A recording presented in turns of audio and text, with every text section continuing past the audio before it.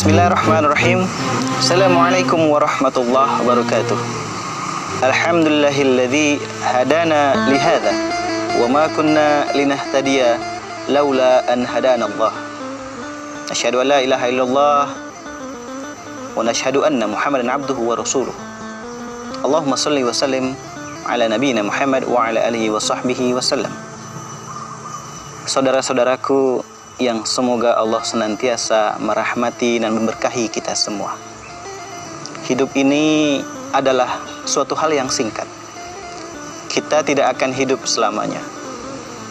Maka tentunya mari kita berintrospeksi di dalam setiap waktu, setiap kesempatan.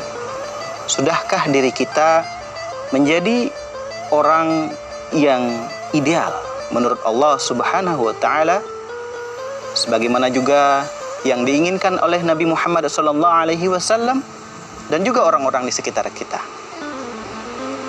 Nah, dari itu sebagaimana Rasulullah SAW sampaikan di dalam hadisnya, khairun nas anfa'uhum linnas.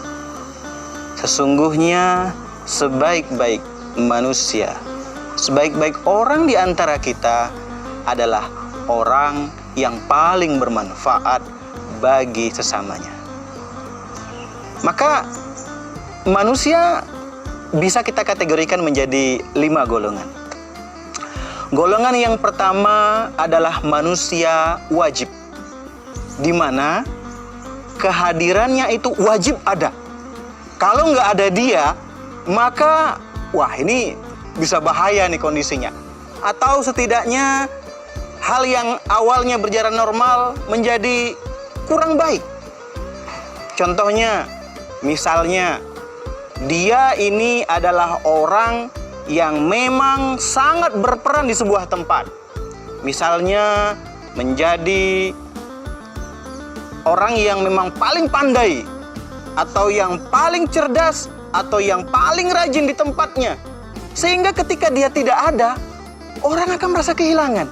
Waduh, si A di mana ya? Kita kerepotan nih nggak ada dia nih. Kita menjadi terhambat nih karena nggak ada dia nih. Maka inilah contoh manusia yang wajib. Ini yang harusnya menjadi profil orang yang kita tiru. Yang kedua adalah kategori manusia yang sifatnya sunnah. Ya, kalau dia ada, alhamdulillah. Tapi kalaupun nggak ada, maka bisa digantikan dengan orang lain. Dan ini juga cukup banyak di antara kita. Contohnya misalnya ada orang yang pandai dalam menulis surat. Maka ketika dia tidak ada, ini agak repot. Tetapi tentunya bukan berarti kalau dia tidak ada, maka semua akan gagal. Mungkin bisa digantikan dengan orang yang lain. Nah, ini adalah kategori yang kedua, yang kalaupun kita tidak bisa menjadi orang yang pertama, yang menjadi manusia yang wajib, yang sangat diperlukan, ya setidaknya kita punya peran lah. Walaupun peran yang kita laksanakan itu bisa digantikan orang-orang yang lain. Lalu yang patut kita hindari adalah ketiga golongan yang lainnya, yaitu orang yang sifatnya jaiz atau mubah. Artinya apa? Nggak ada dia, sama aja. Dia nggak masuk kerja ataupun dia masuk kerja, nggak ngaruh kantor.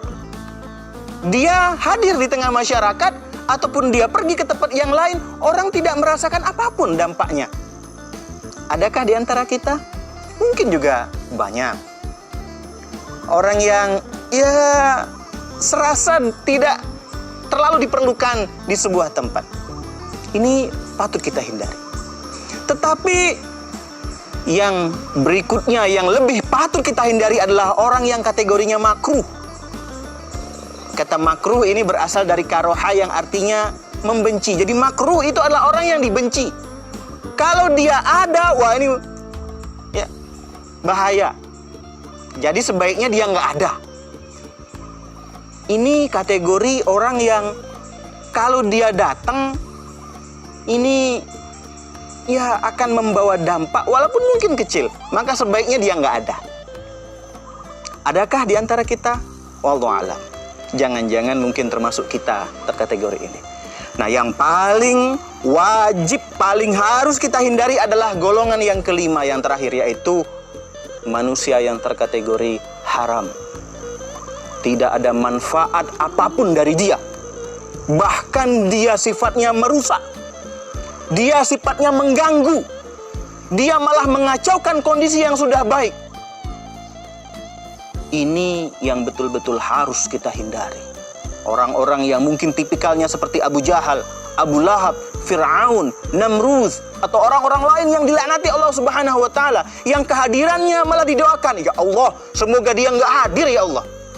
Kalau dia nggak ada atau dia meninggal dunia mungkin, maka orang-orang bersyukur, alhamdulillah sudah hilang satu penyakit masyarakat.